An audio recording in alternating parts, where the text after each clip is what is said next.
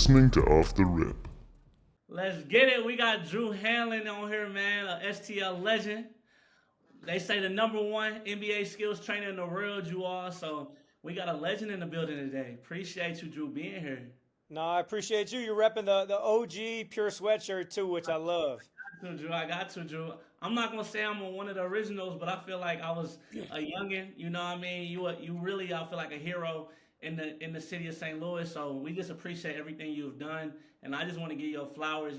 Just for just paving the way. And I would say even just being on here right now for off the rip, I feel like this is really big just for us. You know what I mean, for the city. So I'm thankful, honestly.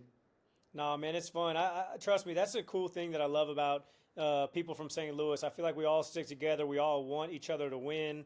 And it's been cool. Like I was just talking to somebody the other day, and they were asking me, they're like, what do you think your big break was? And I was like, honestly, I give Brad Beal a ton of flowers for helping me get to where I'm at because I was like, Brad's success really put me on the map, and that's how it always is. You know what I mean? I just got off the phone with Jayson like 15 minutes ago, and see all the cool things him doing. Winning a championship, bringing the trophy back to St. Louis was so iconic this summer, and so I think it's so cool that all of us stick together and we all try to help each other win.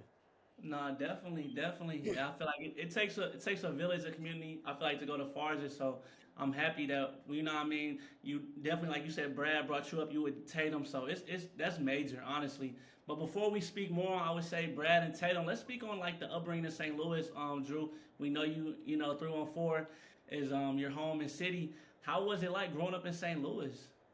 I mean, I love it. You know what I mean? It's just such a good community vibe, and I was fortunate to go and play at Webster Groves, which I don't think you ever realize when you're younger how good you have it until you're gone. And when I was younger, growing up in Shrewsbury, just such a close knit community. Like all my neighbors used to come to my games, and then I go play for Webster Groves. And one of the big reasons why I ended up choosing Webster over some of the private schools that I was looking at was just because of the community feel and support. And it's amazing. I got my new book that's coming out in February behind me, and it's amazing how day one when I posted it, how many of my old classmates and teachers and they all sent me screenshots of them buying the book, and not one of them asked for it. Not one of them was like, "Yo, can you send me a book?" They're all like, "We want to support you." And so I think that's the love that St. Louis gives off is, it really is. Everybody's trying to build each other up. And,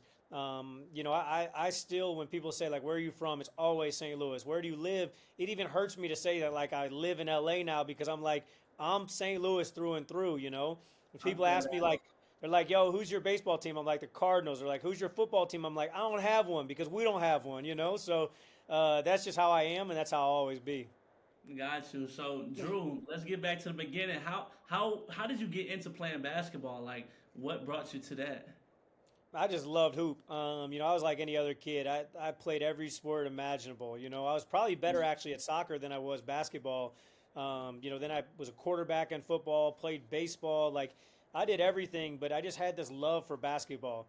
Growing up, Michael Jordan, I idolized him like so many other Midwesterners, and I just found myself, practicing basketball every single day in the driveway, up at the local community center, at parks. And then it became something that like I was like, all right, you know what? I really want to get good at this, and I started pouring my entire life into it. And when I was in sixth grade, I started shooting 500 shots before school. In high school, I made that routine become 1,000 shots, and then transformed my body by lifting weights. I did anything and everything I could to, make myself the best possible player I could be, and was very fortunate to, do some good things on the court as a player. Winning a state championship, going and playing in multiple NCAA tournaments. But I think all that discipline and hard work and dedication just bled into everything I did, which obviously transitioned into the training world as well. Got you. And I made some calls, Drew, honestly, and everybody said like I think you got like I don't know, a YouTube series, something called like Unseen Hours. Yep. They Yep. everybody said like you was one of the hardest workers coming up in St. Louis. Where did that like work ethic come from? Was it like a family member? Like who was you looking at where it's like I want to work harder than everybody? And then I didn't really know your size. You're only like 5'11". Everybody was saying like you're one of the coldest 5'11", like smaller guards. to come out the city and do what he did. Yeah, I mean, to be honest with you, I don't know where I got the work. I think that was what I was blessed with. Like, I wasn't blessed with height. I wasn't Nice. blessed with athleticism. I was blessed with heart. And, but it was everything. It was when I was younger, I used to shovel snows when it would snow. I would cut grass when it was, grass growing season. I would do lemonade stands on the corner. Like, I was always a hustler. It was one of those things where my parents instilled in me, if you want something, you got to do the things that you have to do to get it. And we never skipped steps. And that was one of the things that I always loved was like growing up, we didn't have much. And we didn't really know we didn't have much, but it was one of those things where like anything we wanted, we had to work for it. And so um, we didn't have college scholarships like, our parents, I love my parents to death and they've, gave me the best life that I could possibly appreciate. But they told us from the jump, like, hey, y'all got to get either an athletic scholarship or an academic scholarship because we don't have like a scholarship fund for you. Like Guys, we're going paycheck to paycheck. So if y'all want to go to college, like y'all got to figure this out. And so they were up rebounding at the gym for us. My dad was, teaching me how to lift weights. My mom would be on the court doing drills and stuff with me. So it was one of those things where like they weren't giving us handouts. They were basically like teaching us how to get it on our own. And I'm forever thankful for that because it inspired me to become, what I've been able to do with all the stuff that I've done. I feel that. I feel that, Drew. So this going into high school at Webster Groves, you won the state championship. Everybody says you're like a legend in the city going there. How was it playing for Webster Groves and just winning and like just taking over the city? It was awesome. The coolest thing was, I grew up with the guys that I won with, and that to me was everything. Because when I was in sixth grade, we all had, all the seniors that actually were on that state championship team. We all played together in sixth grade. And then we played Okay. together in seventh grade, and then we played together in eighth grade. And I was thinking about going to SLU. And, I told you that one of the big reasons why I went to Webster Groves was because of the community and then also because of Coach Blossom, who's a legendary coach around the area. But 2 years before I got to Webster, they were terrible. They were Mm, not good. They went, I think, 5-19 or 5-17. Coach Blossom's second year there, and I was like, man, I'm not going to a losing program. And Coach okay. Blossom was like, hey, listen, I know we were a losing program now, but we're not going to be forever. And you Okay. can be a big reason for that change. And so it's so cool. I went there. I graduated the winningest player in Webster history. We were 105-15 my 4 years there. We win a state championship my senior year, which was Coach Blossom's first one. Because we won the state championship, Webster's now a Nike sponsored school. And it's just Mm, like, to me, it's like leaving the program better than it was when you entered the program. That's definitely so that. cool. And so, but it also instilled so many good lessons in me, like I tell a story about Coach Blossom, which I love. But when I was a freshman, I was unbelievably talented on the offensive end. But Coach Okay. Blossom would not play me if I was tripping on defense. And we'd be in practice, and I'd be all-time defense. I hated it, and so I remember there were multiple times where I told my mom and dad, I was like, "Hey, I'm transferring." There's plenty of other coaches around the area that were This is recruiting me. me, Drew. Yeah, there were plenty of other coaches around the area that were like, "Yo, you're not playing as much as you should, and we'll let you come get buckets as a freshman." And so I was like, "Man," and they're like, "Don't take the easy way out." And they're like, "You realize the only reason Coach Blossom's forcing you to play defense is because he cares about you." And fast forward my junior year, right after my junior year, I'm playing AAU basketball. We're down at the EYBL Peach Jam, the Nike Peach Jam, Yeah. biggest exposure And you event in play the for the country. Eagles, right? I played for the St. Louis Eagles. Got you. And so we're down there, and I'm matched up with Kendall Marshall. Kendall Marshall played point guard at North Carolina and then played in the NBA. One of And them ones. he went 1 for 11 from the field in the game. And I got a bunch of new Division One scholarships, including Belmont, where I ended up playing at. And I remember after the game, it like almost like everything hit me where I was like, here I am. I had 8 points in the game. I was 8 points. That's it. I was 2 for 4, for I think 2 for 3 from the field. I made like two threes and then I made some free throws to get my points. And I was like 2 for 3, 8 points. But the reason I got the scholarships was because I played defense. And I was like, man, if Coach Blossom didn't force me to play defense, I would have never got those scholarships. And so Definitely. that's when I learned a valuable lesson of like great coaches force you to do what you need to do and don't let you do what you want to do. And Got so I was so appreciative of all the lessons that he taught me. And like I said, we got it the hard way. The guys I came up with and grew up with were the ones I won with, which is you don't want it any other way.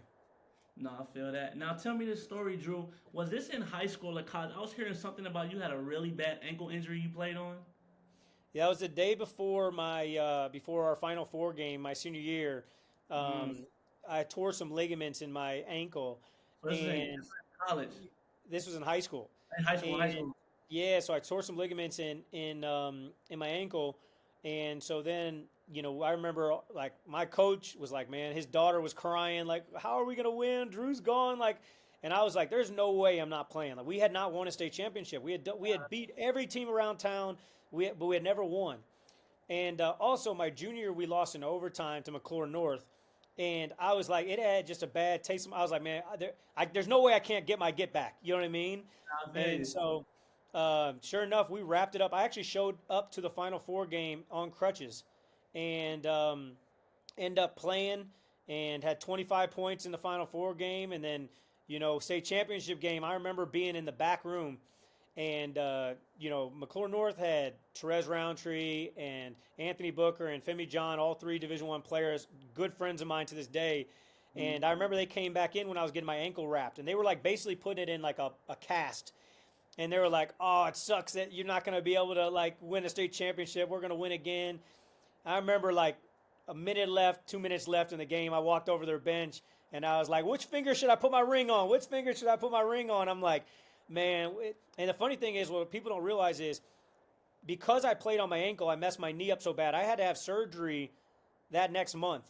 So right Mm. after the state championship, I had to have surgery just because I played through an injury I shouldn't have played through. But trust me, it was all worth it, and I got to talk trash for the rest of life. So it was definitely a good decision. I feel that. I feel that. So the recruitment process for you, Drew, you said you had got the Belmont offer during AAU. So how was it? I know a lot of schools was probably shooting at you, right? Yeah, so it was crazy. So my sophomore year, our third game of the season, I believe, was St. Louis used to have the Savas Center shootout, the KMOX shootout, Okay. and I played really well. We played against a nationally ranked team, and so I got three offers. They were all like smaller school, Eastern Illinois, Western Illinois, and somebody else. I forgot who they were. And then, my junior year, I had piled up a couple more, but there weren't any that I like had fallen in love with. There were some schools where I Yeah. was like, trust me, I felt very appreciative because I was like, I'm getting a scholarship to play basketball, which is great. It's a blessing. But I was like, I haven't fallen in love with a school. And then the summer after my junior year is when I ended up getting another dozen Division One scholarships, and then took some visits and um, fell in love with Belmont just because I wanted to win, and Mhm. I wanted to play in NCAA tournaments, which I was fortunate to play in two NCAA tournaments. But also, they had a really good entrepreneurship program, and I knew that I wanted to build my business up, and I knew that I wanted to learn from a university that allowed me to prepare myself. I think one of the things that a lot of athletes don't do enough of is take in consideration the schooling and the experience and the connections and the relationships you're going to build during college. A lot of Mm. times players just choose what's the biggest name, and it's almost like an ego choice instead of like what's the best fit. And I thought Belmont was a perfect fit, and loved every minute of it there, and got an unbelievable experience. Got you, got you. Now, Belmont, I would say this. I know you was just a killer up there. How did you think you finished how you want to finish off? Like did everything I feel like from high school to college everything go as planned? Like what was some ups and downs for you? Yeah, I mean, obviously, I had a great experience. It was really cool. Played in two NCAA tournaments. My senior year, we opened up at Cameron Indoor Stadium against Mhm. Coach K and Duke. They were ranked sixth in the country. We lost by 1 point. I mean, that was unbelievable. I hit four threes in the second half, so we went on this run. Like that was my favorite game I ever played in. That and the state championship were 1 and 2. And so I had everything was great. There were obviously a ton of learning lessons too, though. Like when I got there, I felt myself. I didn't have the same swagger that I had in high school. I went back into like not making mistakes and trying to like basically I was playing not to fail instead of playing to Mm. succeed. And Got my senior year, I finally ripped that Band-Aid off, and I finished. I shot 48.2% from three, which is 17th best all time in NCAA history. that's Um, cold, Drew. and it was all because I just finally was like, you know what, F it. Like I'm going to go out the way I want to go out. And so the learning lesson from that experience was, that you can't play with fear. Okay. You have to always play with this swagger, this killer mentality, and it's something that I preach to all my clients today.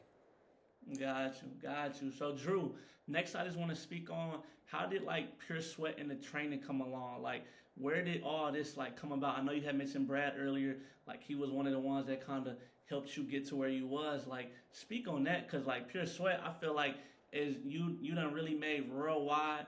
I see you got like the apps, you got the websites and everything. Shout out B Gilmore. He was my high school coach. He always, what I mean, pushed the pure sweat all the way. So I appreciate you a lot and bringing that to the city. Honestly, Of course. like I No, feel it's like it's cool, man. I really do feel like St. Louis, helped raise what it is today. Like I started with a bunch of local players around town, and one of those local players was Brad Beal. And okay. when Brad went from 8 points a game as a freshman to 25 points a game as a sophomore, I think his second or third game of his sophomore season, he had like a 50-point game out in the Pattonville tournament. And I Okay. remember everybody was like, "What did you do?" And obviously, Brad was already really good before I met him. And Brad was, he had a great jump shot that his mom had taught him. He has lifting weights with his brothers. But I was kind of like the new ingredient. And so everybody was like, "Yo, you helped him out a lot, develop his ball handling skills and his moves and his, finishing and all this kind of stuff." And so, like I said, our careers literally went together. As Brad took off, I took off, started training a lot of top high school players, tried to training a lot of top college players, and then eventually got David Lee. And when I got David Lee, again another St. Louis guy, being my first NBA client, that really helped solidify me as a go-to trainer in the Midwest. And then once I started doing all the pre-draft training, then I started adding all the big name players that I work with today. Got you. Now speak on this, Drew. How was it like? Like I know just gave a little bit of your story. How did it like the training start? Like, what did you just wake up in one day like I want to stay around the game some way somehow? So let me tap into this lane. Like, where did it all start? The training. Like, did somebody say to you, you need to get into this"? Crazy story. So I went up to St. Louis Sports Center, which was back in the day, it was called Veta Hampshire, Okay. and it was a three-court facility.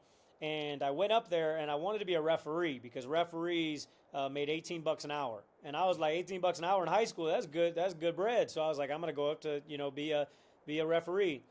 And he was like, listen, you don't have any credentials to be a referee. You don't have any certifications. I was like, yo, I promise you I can do a better job than the refs that blow all the calls during my games.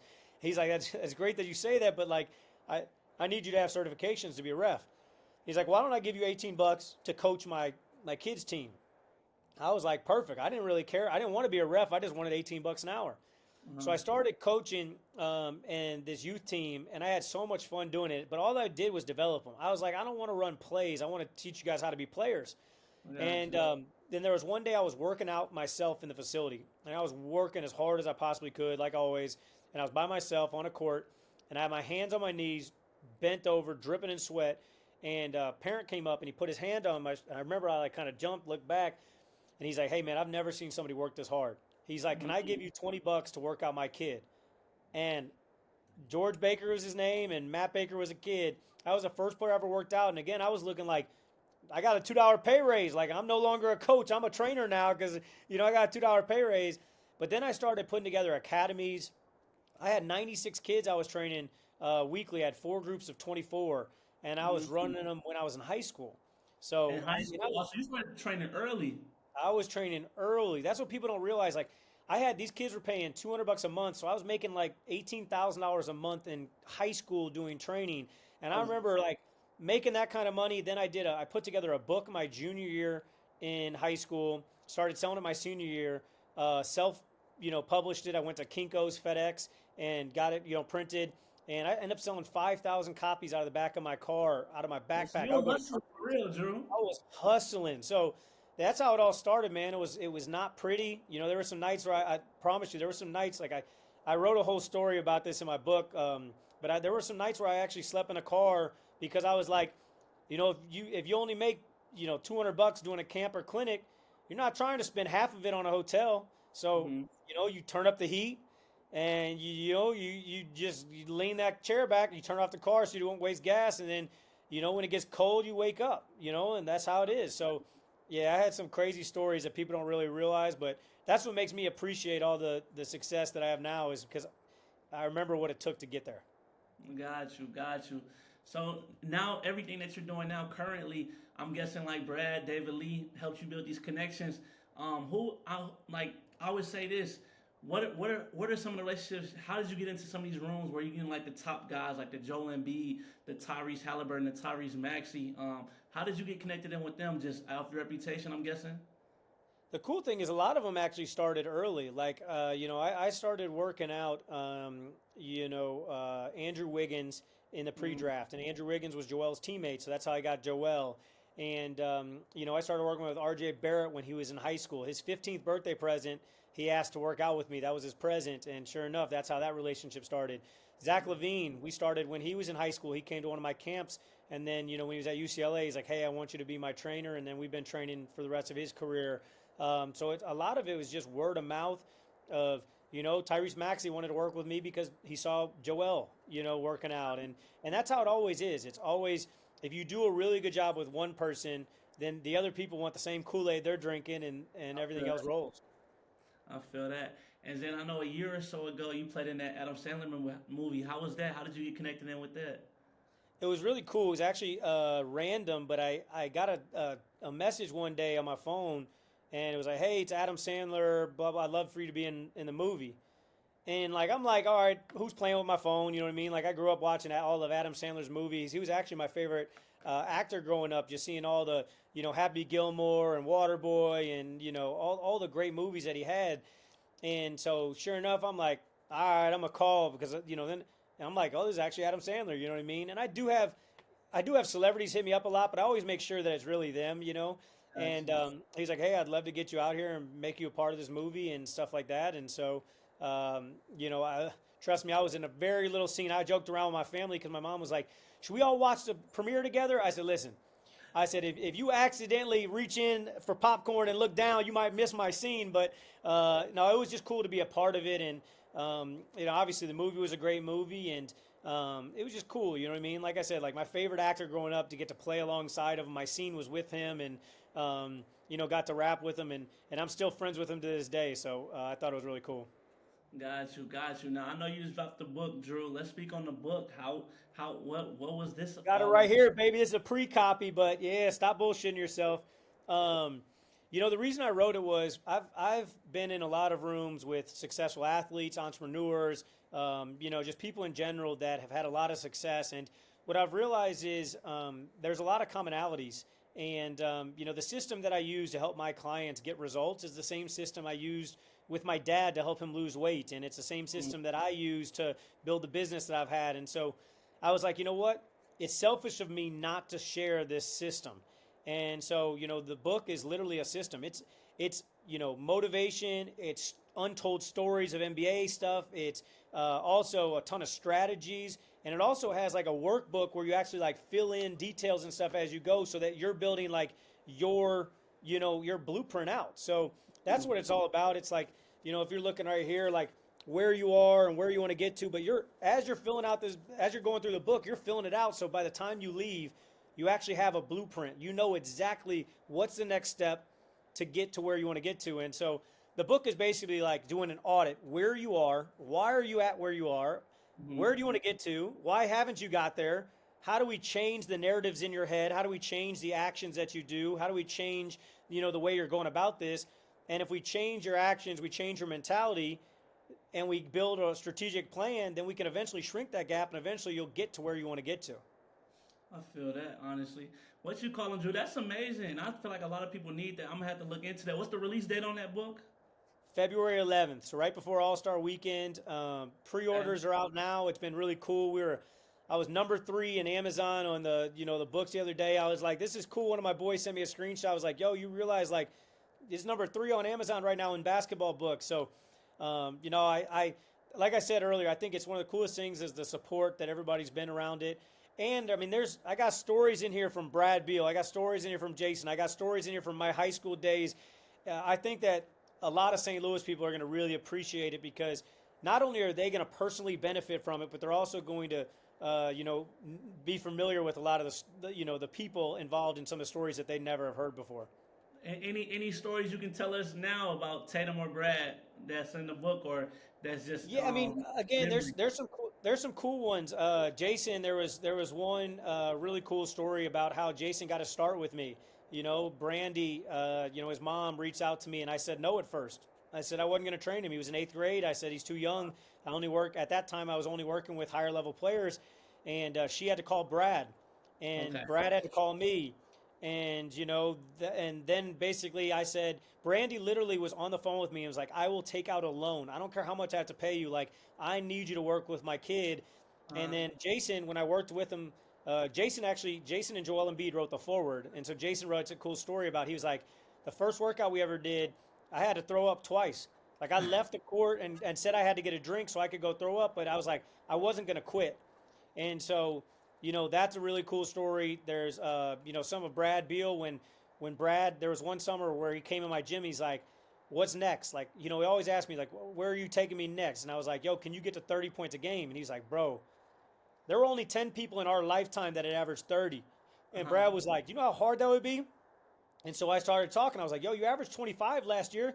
That's only a layup and a 3 point or more." And he was like, "Man, when he really changed his thinking from 30 points a game to I just got to get five more, Yeah. everything changed." So that's what the book's all about shrinking kind of so that you get the confidence. And then sure Mhm. enough, back-to-back seasons, Brad averaged 30. So I go way more in depth, but I mean, that gives you, I mean, it taps into the mindset that it takes to really get from where you are to where you want to get to, and then gives you the strategies and a blueprint to actually get there. No, I feel that. I don't want to get you in trouble, Drew. Who would you put up in their prime? I guess Tatum's still going, Brad's still going, but I would say Brad versus Tatum. Who would you put your money on one? Yeah, it's crazy because we've had this conversation. I've had this conversation with both of them, and they're so different. Like, Uh, Jayson was way more skilled, and Jayson was overall a better player, even in high school, just because he also had size. He was a 6'8" back in high school, now 6'10" version of Brad. uh-huh. And also, Jayson benefited a lot from Brad. Like, when I started training Brad, I didn't really know what I was doing. We were just working really hard, and Mhm. some of the stuff really worked, and some of the stuff didn't. By the time I started working with Jayson, I knew what I was doing. And so, anything that had worked for Brad, I was giving to Jayson. And so, but then also in high school, I thought Brad was just such a killer. Like, Jayson was like the most polished high school player. I was like, he's so NBA ready, and Jason's peak of his NBA prime is obviously higher. Brad knows that. But in high school, man, that would have been a battle that I wish we could have seen because they were both so good. Both Gatorade National Players of the Year, both multiple time Missouri Gatorade Players of the Year, both won a state championship for both of them to go be the number three pick. I mean, it's just like there's so many similarities and stuff like that, but I would say they were different. I would say Jayson had definitely the benefit of coming behind Brad, so he got to learn from Brad. And to be honest with you, the coolest thing to me is that Brad is Jayson's biggest fan and Jayson's Brad's biggest fan. Okay. And right now when people ask that question, Brad will always be like, "Man, Jayson's better than me, and I want him to be even better. Like, I want Jayson to go down as one of the all-time greatest players ever." And again, that goes back to St. Louis. Like, the fact that we have two of the baddest basketball players on the planet is Mhm. so cool to me. Two guys that have both been all stars, two guys that are killers, two guys that were tough in high school, tough in college, tough in the pros. I mean, I would rather give them both flowers than pick and choose between them. No, I feel you on that. I feel you on that, Drew. So who's? I feel like the young ones coming that you've been training. Who's somebody we need to look out for that we haven't probably heard of as much? Who's new with your team that you've been training up? Yeah, I mean, everybody's heard of him, but Chet, I love Chet Holmgren for Oklahoma City. He's a stud. I know he's hurt right now, but he was on track to be an All Star this year and probably win Defensive Player of the Year. He's gonna be really good, but he's one of my young guys that I'm like really excited for the world to really see what he can do because he's gonna be nasty when he gets rolling. Got you, got you. Before we end this, Drew, give some advice to the people that's trying to come up like you, I guess, and say, just be the next Drew Hanlen. Like, what's some advice you could give, like, for a high schooler or a kid that's trying to come up behind your footsteps? I mean, the biggest thing I would say is consistency over intensity. I think there's a lot of people that get motivated and they do things for once or twice or maybe a week long, but they don't stick with it long enough to actually get the results. I'm a big believer in consistency. I gave up sweets when I was 12 years old, didn't eat Mm, sweets until I was done playing college basketball at 22. 10 years, not one time did I cheat myself. Drinking, I'm 35, I've never tasted alcohol in my life. Again, 100%, not 99%, not 100%. I turned down, actually, one of my clients offered me $10,000 to take a shot with them, and I said no. Everybody's like, are you crazy? And I'm like, yo, it's the principle of being 100% all in. But I don't think players do that. When I was in high school, I used to shoot 1,000 shots before school every morning. It wasn't like, oh, today I woke up and I felt good, so I'm going to do it. Oh, you know what? We got a big game coming up. I'm going to do it. It was every single day. And so if you do the math, that means I shot like a 1.5 million shots before school in high school. So when I'm out there getting college scholarships, when I'm playing in the NCAA tournament and all my other friends aren't, and they're asking for tickets, it was because I was in the gym while they were sleeping. So that's what I would say is, man, stack days, be consistent, and, eventually the results are going to pay off. They might not pay off exactly how you want them. Like, trust me, I wish I would have been in the league. They might not pay off right when you want them. Maybe I wish I would have been a little better earlier so I could got bigger scholarships or this or that. But hard work always pays off. It might not get you to where you think you need to get to, but it's going to get you to an amazing place. And because I poured my entire life, my early childhood into basketball, that's why I'm able to do what I'm doing. That's why I travel the world. That's why I get to work with some of the best players in the world. It's all because of that hard work that I started really early. So that's what I would do, man. I don't think people realize they're one decision away from changing their life. But that one decision has to be followed with action. It can't be, all right, I'm going to do this, and then there's no action to back it. They got to back it up with action. If they do that action over and over again, they really can do anything. Man, you speaking that real, Drew. I appreciate you, and the team appreciates you so much for being on this podcast, on this platform. We know you're a busy man, so we just want to say thankful. We just want to say thank you, Drew, for real. You don't know how much this means to us. No doubt, man. I appreciate it. I look forward to helping you get the word out and get some eyeballs on it. But like I said, man, I always appreciate all the support from St. Louis. I love always coming back there and still pouring into the community. And, like I said, I hope a lot of people have this and a lot of people relate to a lot of stories, because there would be nothing that means more to me than seeing a bunch of people around St. Louis, saying good things about the book and how it really helped their lives. No, I feel that. And before we go, Drew, tell the people where they can find you at so they can follow you on all socials. Yeah, I mean, it's just my name, at Drew Hanlen, DREWHANLEN, DrewHanlen.com is where you can get the book. But, like I said, I'm easy to find, and in St. Louis, I'm always trying to help out. As soon as you hit me and said, hey, let's do this, it was yes. I've turned down a lot of big podcasts. I'm always going to try to do everything I can to give back to the community and people that like you that are pouring back into it as well. So, I appreciate all the support and look forward to continuing to follow all your success as well. Yes, sir. Appreciate you so much, Drew. You have a blessed day, all right?